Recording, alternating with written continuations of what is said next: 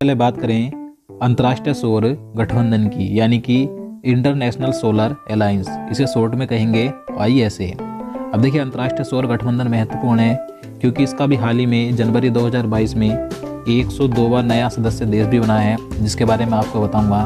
तो सबसे पहले बात करें अंतर्राष्ट्रीय सौर गठबंधन की स्थापना की, तो इसकी स्थापना 30 नवंबर 2015 को हुई थी और इसका मुख्यालय भारत में हरियाणा के गुरुग्राम में स्थित है।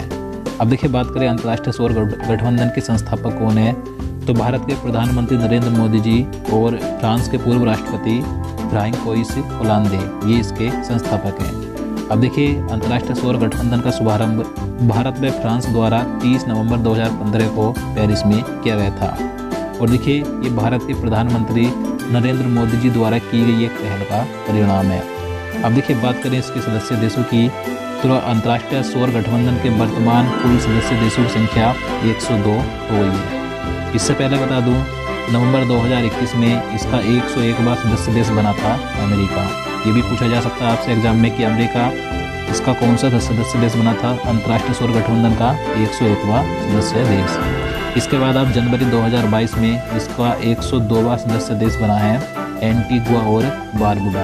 ये महत्वपूर्ण है, अंतर्राष्ट्रीय सौर गठबंधन का 102वां सदस्य देश कौन सा है, एंटीगुआ और बारबुडा, याद रखना है।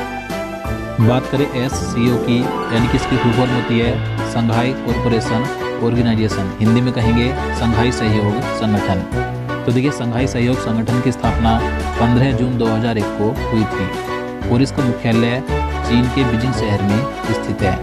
और देखिए संघाई सहयोग संगठन के वर्तमान सदस्य देशों की संख्या कितनी हो गई है, तो 9 हो गई है, क्योंकि देखिए इसका 9वां सदस्य देश बना है ईरान संघाई सहयोग संगठन का सितंबर 2021 में 9वां सदस्य देश बना था। तो ये क्वेश्चन आपसे पूछा जा सकता है कि संघाई सहयोग संगठन का 9वां सदस्य देश कौन सा है, तो ईरान है, महत्वपूर्ण है, याद रखना है। अब देखिए बात करें इसके 9 सदस्य देश कौन कौन से हैं संघाई सहयोग संगठन के, तो चीन, रूस, Tajikistan, Kazakhstan, Uzbekistan, Kyrgyzstan, Bharat, Pakistan और ईरान है। और देखिए भारत और पाकिस्तान संघाई सहयोग संगठन के 2017 में इसके सदस्य देश बने थे, तो याद रखना है। चलिए आगे देखते हैं। बात करें G20 की, यानी कि ग्रुप 20 की, तो जो G20 है तो यह विश्व की 20 प्रमुख अर्थव्यवस्थाओं के वित्त मंत्री और केंद्रीय बैंक के गवर्नर्स का एक संगठन है।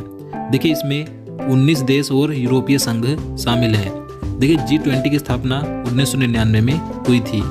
बात करें इसके मुख्यालय की, तो देखिए G20 का मुख्यालय व सचिवालय कहीं भी नहीं है, क्योंकि इसके सदस्य देशों में ही बारी बारी से किसी देश में इसका शिखर सम्मेलन आयोजित किया जाता है। तो G20 का मुख्यालय कहीं भी नहीं है। इसकी स्थापना याद रखने का हुई थी 1999 में हुई थी। चलिए आगे बात करें। नंबर 4 है G7, यानी कि ग्रुप 7। तो देखिए जो ग्रुप 7 है इसकी स्थापना 1975 में हुई थी। तो जो G7 है तो यह दुनिया की 7 सबसे बड़ी कथित विकसित और उन्नत अर्थव्यवस्था वाले देशों का एक समूह है। देखिए G7 में कौन कौन से देश शामिल हैं, तो Canada, France, Germany, Italy, Japan, Britain और अमेरिका, ये इसके 7 सदस्य देश यानी 7 देश शामिल हैं। इसकी स्थापना याद रखें 1975 में हुई थी और इसका भी मुख्यालय कहीं भी नहीं है, G20 की तरह ही। चलिए आगे बात करें।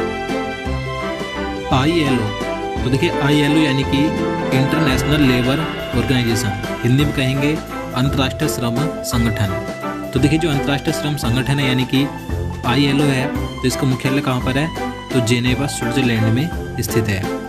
देखिए इसकी स्थापना 1919 में हुई थी और ILO के वर्तमान में सदस्य देश कितने हैं, तो